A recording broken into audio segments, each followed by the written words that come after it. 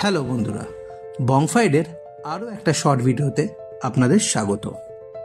আপনারা কি জানেন মসুরিতে এক টুকরো এভারেস্ট ইতিহাস লুকিয়ে আছে? Oh by the way, I am Maha and you are with Bongfied. Sir George Everest ছিলেন ভারতের সার্ভেয়ার জেনারেল 1830 থেকে 1843 সাল পর্যন্ত। দাঁড়ান, খাবারগুলো ভালো করে দেখে নিন।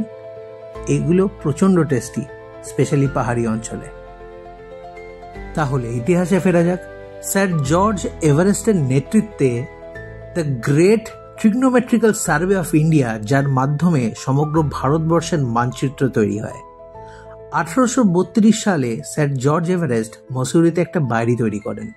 এখান থেকে একদিকে দেখা যায় হিমালয়ের সৌন্দর্য, আর অন্যদিক থেকে দুন ভ্যালির অপূর্ব দৃশ্য। এই হেলিপ্যাডটা দেখেছেন? এইখান থেকে হেলিকপ্টার রাইড করা যায়।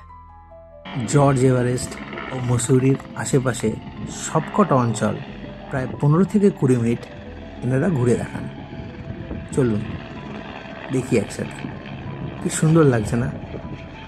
1865 সালে পৃথিবীর সর্বোচ্চ শৃঙ্গ মাউন্ট এভারেস্ট স্যার জর্জ এভারেস্টের সম্মানেই নামকরণ করা হয়। আজ এই জর্জ এভারেস্ট হাউস মসুরির একটি জনপ্রিয় পর্যটন কেন্দ্র, যেখানে ইতিহাস, প্রকৃতি আর সৌন্দর্য একসাথে মিশে গেছে। ভিডিওটা ভালো লাগলে পাশে থাকবেন।